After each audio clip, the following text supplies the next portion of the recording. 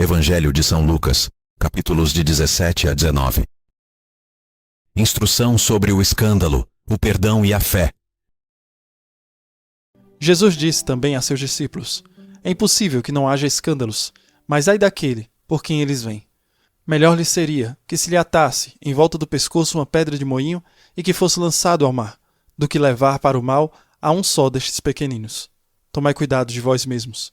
Se teu irmão pecar, repreende-o. Se arrepender, perdoa-lhe. Se pecar 7 vezes no dia contra ti, e 7 vezes no dia vier procurar-te, dizendo: estou arrependido, lhe perdoarás. Os apóstolos disseram ao Senhor: aumenta-nos a fé. Disse o Senhor: se tiverdes fé como um grão de mostarda, direis a esta amoreira: arranca-te e transplanta-te, e ela vos obedecerá. Lição de humildade. Qual de vós, tendo um servo ocupado em lavrar ou em guardar o gado, quando voltar do campo lhe dirá: vem depressa sentar-te à mesa? E não lhe dirá, ao contrário: prepara-me a ceia, cinge-te e serve-me, enquanto como e bebo, e depois disso comerás e beberás tu. E, se o servo tiver feito tudo o que lhe ordenara, porventura fica-lhe o Senhor devendo alguma obrigação? Assim também vós, depois de terdes feito tudo o que vos foi ordenado, dizei: somos servos como quaisquer outros. Fizemos o que devíamos fazer. O leproso agradecido. Sempre em caminho para Jerusalém, Jesus passava pelos confins da Samaria e da Galiléia. Ao entrar numa aldeia, vieram-lhe ao encontro 10 leprosos, que pararam ao longe e elevaram a voz, clamando: Jesus, mestre, tem compaixão de nós. Jesus viu-os e disse-lhes: ide, mostrai-vos ao sacerdote. E, quando eles iam andando, ficaram curados. Um deles, vendo-se curado, voltou, glorificando a Deus em alta voz. Prostrou-se aos pés de Jesus e lhe agradecia. E era um samaritano. Jesus lhe disse: não ficaram curados todos os 10? Onde estão os outros 9? Não se achou senão este estrangeiro que voltasse para agradecer a Deus? E acrescentou: levanta-te e vai, tua fé te salvou. Vinda do reino de Deus. Os fariseus perguntaram um dia a Jesus quando viria o reino de Deus. Respondeu-lhes: o reino de Deus não virá de um modo ostensivo, nem se dirá: ei-lo aqui ou ei-lo ali, pois o reino de Deus já está no meio de vós. Mais tarde, ele explicou aos discípulos: virão dias em que desejareis ver um só dia o Filho do Homem e não o vereis. Então vos dirão: ei-lo aqui e ei-lo lá. Não deveis sair sem os seguir, pois como relâmpago, reluzindo numa extremidade do céu, brilha até a outra, assim será o Filho do Homem no seu dia. É necessário, porém, que primeiro ele sofra muito e seja rejeitado por esta geração.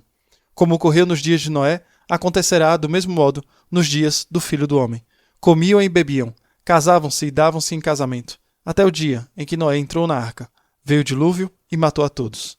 Também, do mesmo modo como aconteceu nos dias de Ló, os homens festejavam, compravam e vendiam, plantavam e edificavam. No dia em que Ló saiu de Sodoma, choveu fogo e enxofre do céu, que exterminou todos eles. Assim será no dia em que se manifestar o Filho do Homem. Naquele dia, quem estiver no terraço e tiver os seus bens em casa, não desça para os tirar. Da mesma forma, quem estiver no campo, não torne atrás. Lembrai-vos da mulher de Ló. Todo o que procurar salvar a sua vida, irá perdê-la. Mas todo o que perder, irá encontrá-la. Digo-vos que naquela noite, 2 estarão em uma cama. Um será tomado e outro será deixado. 2 mulheres estarão moendo juntas. Uma será tomada e a outra será deixada. 2 homens estarão no campo. Um será tomado e o outro será deixado. Perguntaram-lhe os discípulos: onde será isto, Senhor? Respondeu-lhes: onde estiver o cadáver, ali se reunirão também as águias. Parábola da viúva perseverante. Propôs-lhes Jesus uma parábola para mostrar que é necessário orar sempre, sem jamais deixar de fazê-lo. Havia em certa cidade um juiz que não temia a Deus, nem respeitava pessoa alguma. Na mesma cidade vivia também uma viúva que vinha com frequência à sua presença para dizer-lhe: faze-me justiça contra o meu adversário. Ele, porém, por muito tempo não quis. Por fim, refletiu consigo: eu não temo a Deus, nem respeito os homens. Todavia, porque esta viúva me importuna, lhe farei justiça, senão ela não cessará de me molestar. Prosseguiu o Senhor: ouvis o que diz este juiz injusto?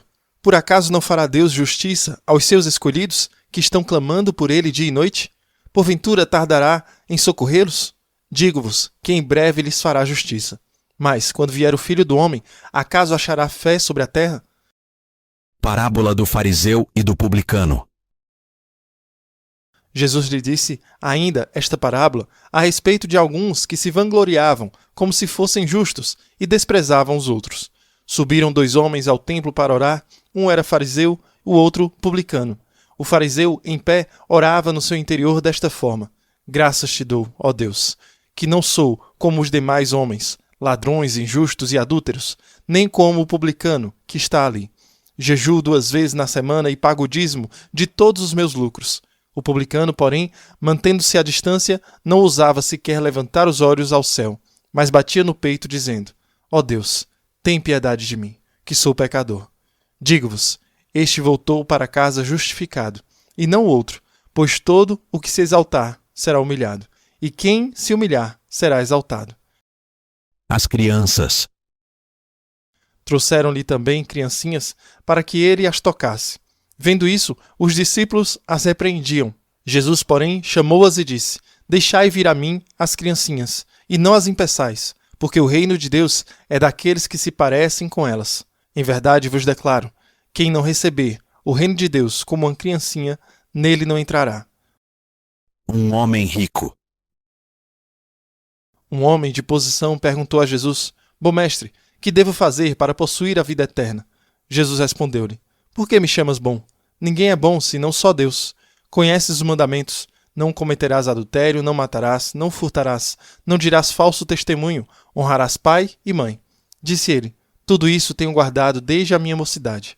A essas palavras, Jesus lhe falou: Ainda te falta uma coisa. Vende tudo o que tens, dá aos pobres, e terás um tesouro no céu. Depois, vem e segue-me.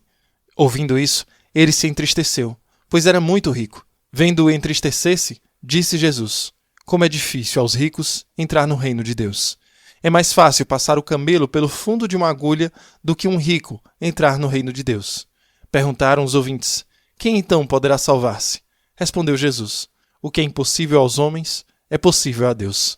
Pedro então disse: Vê, nós abandonamos tudo e te seguimos. Jesus respondeu: Em verdade vos declaro, ninguém há que tenha abandonado, por amor do reino de Deus, sua casa, sua mulher, seus irmãos, seus pais ou seus filhos, que não receba muito mais neste mundo e no mundo vindouro a vida eterna.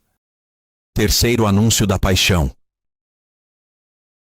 Em seguida, Jesus tomou à parte os 12 e disse-lhes: Eis que subimos a Jerusalém. Tudo que foi escrito pelos profetas a respeito do Filho do Homem será cumprido. Ele será entregue aos pagãos, hão de escarnecer dele, ultrajá-lo, desprezá-lo, baterão nele com varas e o farão morrer. E ao terceiro dia ressurgirá. Mas eles nada disso compreendiam. E essas palavras eram-lhes um enigma, cujo sentido não podiam entender. Cura de um cego em Jericó. Ao aproximar-se Jesus de Jericó, estava um cego, sentado à beira do caminho, pedindo esmolas. Ouvindo o ruído da multidão que passava, perguntou o que havia. Responderam-lhe: É Jesus de Nazaré que passa. Ele então exclamou: Jesus, filho de Davi, tem piedade de mim. Os que vinham na frente repreendiam-no rudemente, para que se calasse. Mas ele gritava ainda mais forte: Filho de Davi, tem piedade de mim. Jesus parou e mandou que lhe o trouxessem. Chegando ele perto, perguntou-lhe: Que queres que te faça? Respondeu ele: Senhor, que eu veja. Jesus lhe disse: Vê, tua fé te salvou. E imediatamente ficou vendo e seguia a Jesus, glorificando a Deus. Presenciando isto, todo o povo deu glória a Deus. Zaqueu recebe Jesus. Jesus entrou em Jericó e ia atravessando a cidade. Havia aí um homem muito rico chamado Zaqueu, chefe dos recebedores de impostos. Ele procurava ver quem era Jesus, mas não conseguia por causa da multidão, porque era de baixa estatura. Ele correu adiante, subiu a um sicômoro para o ver, quando ele passasse por ali. Chegando Jesus àquele lugar e levantando os olhos, viu e disse-lhe: Zaqueu, desce depressa, porque é preciso que eu fique hoje em tua casa. Ele desceu a toda a pressa e recebeu-o alegremente. Vendo isso, todos murmuravam e diziam: Ele vai hospedar-se em casa de um pecador? Zaqueu, entretanto, de pé diante do Senhor, disse-lhe: Senhor, vou dar a metade dos meus bens aos pobres, e se tiver defraudado alguém, restituirei o quádruplo. Disse-lhe Jesus: Hoje entrou a salvação nesta casa, porquanto também este é filho de Abraão, pois o Filho do Homem veio procurar e salvar o que estava perdido. Parábola do dinheiro emprestado. Ouviam-no falar e, como estava perto de Jerusalém, alguns se persuadiam de que o reino de Deus se havia de manifestar brevemente. Ele acrescentou esta parábola. Um homem ilustre foi para um país distante, a fim de ser investido da realeza e depois regressar. Chamou 10 dos seus servos e deu-lhes 10 minas, dizendo-lhes: negociai até eu voltar. Mas os homens daquela região odiavam-no e enviaram atrás dele embaixadores para protestarem: não queremos que ele reine sobre nós. Quando, investido da dignidade real, voltou, mandou chamar os servos a quem confiara o dinheiro, a fim de saber quanto cada um tinha lucrado. Veio o primeiro: Senhor, teu dinheiro rendeu 10 vezes mais. Ele lhe disse: muito bem, servo bom, porque fostes fiel nas coisas pequenas, receberás o governo de 10 cidades. Veio o segundo: Senhor, teu dinheiro rendeu 5 vezes mais. Disse a este: sê também tu governador de 5 cidades. Veio também o outro: Senhor, aqui tens teu dinheiro, que guardei embrulhado num lenço, pois tive medo de ti, por seres homem rigoroso, que tiras o que não puseste e ceifas o que não semeaste. Replicou-lhe ele: servo mau, pelas tuas palavras te julgo. Sabias que sou rigoroso, que tiro o que não depositei e ceifo o que não semeei. Por que, pois, não puseste o meu dinheiro num banco? Na minha volta eu o teria retirado com juros. E disse aos que estavam presentes: tirai-lhe a mina, e dai-a ao que tem 10 minas. Replicaram-lhe: Senhor, este já tem 10 minas. Eu vos declaro: a todo aquele que tiver, lhe será dado, mas ao que não tiver, lhe será tirado até o que tem. Quanto aos que me odeiam e que não me quiseram por rei, trazei-os e massacrai-os na minha presença. Depois dessas palavras, Jesus os foi precedendo no caminho que sobe a Jerusalém. Entrada em Jerusalém. Chegando perto de Betfagé e de Betânia, junto do monte chamado das Oliveiras, Jesus enviou 2 dos seus discípulos e disse-lhes: ide a essa aldeia que está defronte de vós. Entrando nela, achareis um jumentinho atacado, em que nunca montou pessoa alguma. Desprendei-o e trazei-mo. Se alguém vos perguntar por que o soltais, respondereis assim: o Senhor precisa dele. Partiram os discípulos e acharam tudo como Jesus tinha dito. Quando desprendiam o jumentinho, perguntaram-lhes seus donos: por que fazeis isto?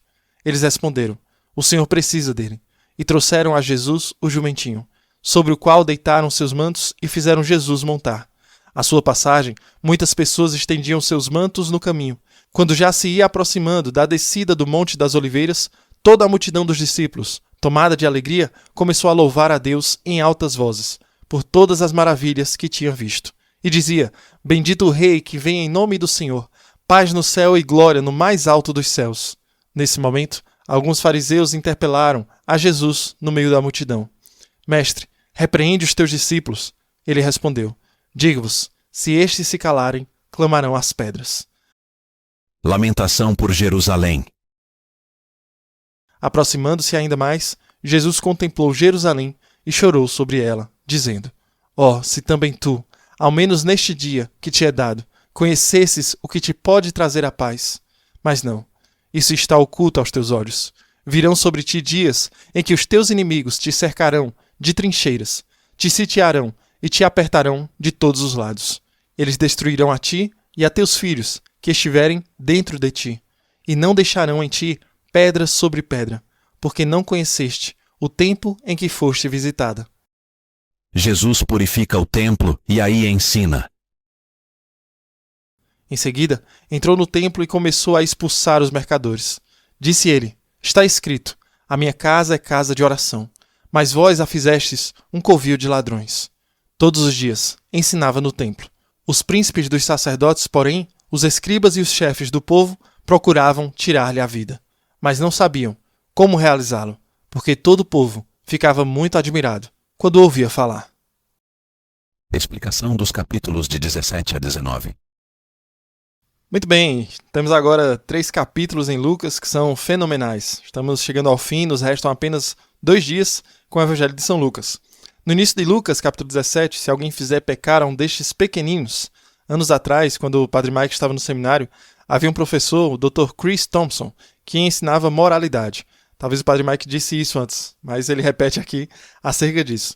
Onde ele falou: Senhores, quando se trata de sua vida, quando se trata de pecado, quando se trata de levar os outros ao pecado, tem uma palavra para vocês. Essa palavra é mós. Ele foi muito convicto, ele falou com autoridade, ele era marido e pai, ele era um homem super inteligente e moralmente correto, provavelmente o melhor professor que Padre Mike já teve.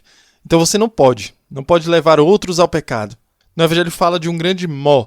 E o que seria esse mó? O mós é a rodana de pedra que fica girando em torno de outra pedra para esmagar as sementes e fazer ali o alimento, como a farinha, por exemplo. Então ela daria a volta nesse círculo e você teria um ser humano ou um animal que puxaria em torno deste ponto central e a pedra de moinho seria tão grande e pesada que esmagaria tudo que estiver embaixo dela. Grãos, cevada, esse tipo de coisa. Isso moeria essa coisa até virar um pó fino. E era tão pesado, mais de 2.000 libras, o Padre Mike cita, que em quilos dá aproximadamente 900 quilos. Então imagine ter aquela mó de 2.000 libras, ou seja, quase 1 tonelada, colocada em seu pescoço e depois jogada no mar. Você cairia muito rápido, seria muito drástico. Essa é a seriedade com que Jesus leva o pecado. Isso é muito importante para nós. Nesse mesmo capítulo 17, temos Jesus purificando 7 leprosos. Há a parábola do bom samaritano antes, e aqui temos Jesus passando entre Samaria e Galileia. Há 10 leprosos e todos foram curados. Um volta, um samaritano. Agora sabemos sobre os samaritanos, porque já percorremos todo o Antigo Testamento. Foram esses samaritanos que se casaram depois que os babilônios e os assírios chegaram com 5 nações. Eles, essencialmente, corromperam sua religião e a forma como adoravam a Deus. Os samaritanos, em muitos aspectos, eram inimigos ainda piores. Pior que os assírios, babilônios, romanos, pelo fato de que eles se veriam como irmãos. E ainda, eles viviam como membros da família distante. E ainda assim, aqui está Jesus, usando-os como bons exemplos. Por quê? Sabemos que Jesus veio primeiro para salvar os judeus. Jesus primeiro veio para cumprir a aliança do Antigo Testamento que o Senhor Deus havia feito com o povo judeu. Mas sabemos também que Jesus deixou bem claro em alguns momentos, quando se deixou pressionar, que não é a linhagem de alguém, não é o direito de primogenitura, não é o fato de sermos filhos de Abraão que nos permite experimentar a graça de Jesus Cristo. É o fato de estarmos perdidos, é o fato de que somos miseráveis. Sua misericórdia vem encontrar-nos em nossa miséria. Então, mesmo que alguém seja samaritano, mesmo que alguém esteja longe do Senhor, nos Atos dos Apóstolos, em alguns dias, encontramos o eunuco etíope, que nada tem a ver com o judaísmo, exceto pelo fato de parecer ser um temente a Deus. E ainda, o Evangelho e a graça de Deus são para ele e para você e para mim, o que torna algo incrível a mensagem de Cristo. Então, Jesus está destacando esses samaritanos também. Em Lucas capítulo 18, temos o governante rico.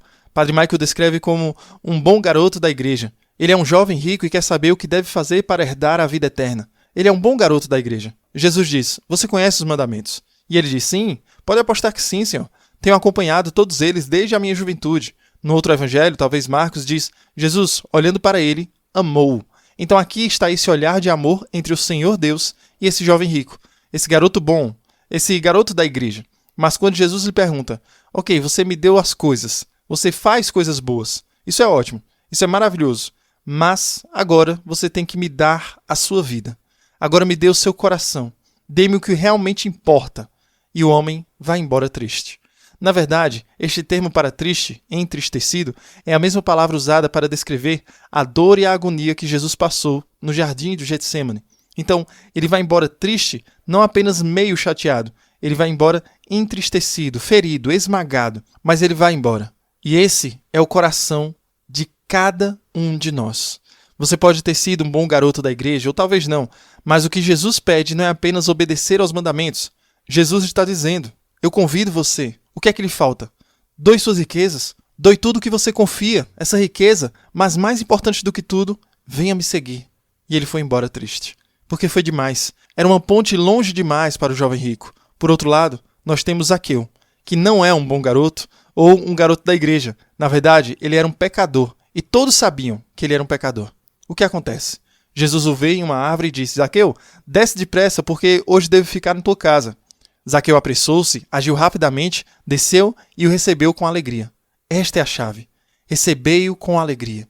O jovem rico foi embora triste. O jovem rico ficou entristecido, esmagado. Às vezes pensamos que se entregássemos tudo ao Senhor, seríamos infelizes. Seria muito difícil, triste. Nós seríamos apenas infelizes. Mas o oposto é verdadeiro. Aquele que se afastou é miserável. Aquele que desceu e encontrou Jesus, o recebeu com alegria. Não apenas isso, ele colocou seu dinheiro onde estava sua boca. Ei, Senhor, a metade dos meus bens dou aos pobres. Jesus nem sequer lhe diz para fazer isso. Ele apenas diz a Jesus que ele fará. E se defraudei alguém em alguma coisa, restituo 4 vezes mais. Agora aqui está uma pequena dica profissional. Zaqueu era cobrador de impostos, então definitivamente teria fraudado algumas pessoas. Então ele está pagando as pessoas de volta. E ainda, está interessado. Então ele está pagando as pessoas de volta. O bom garoto, o garoto da igreja, vai embora miserável, porque não consegue entregar seu coração ao Senhor. Ele não está disposto a entregar seu coração a Deus. O mau garoto, aquele que estava perdido, aquele que todos teriam desqualificado, desce e recebe Jesus com alegria e lhe dá tudo. Isso é uma chave preciosa para cada um de nós. Se você era um bom garoto da igreja ou não, esteja você longe do Senhor ou não, a chamada é a mesma. O chamado chegou e é siga-me. O chamado diz, dê-me seu coração. O que é mais importante para você? O que mais você ama? Venha e siga-me. Confie nisso. Confie seu coração a mim. Não se trata apenas de ouvir a Bíblia, e também uma questão de responder à Bíblia.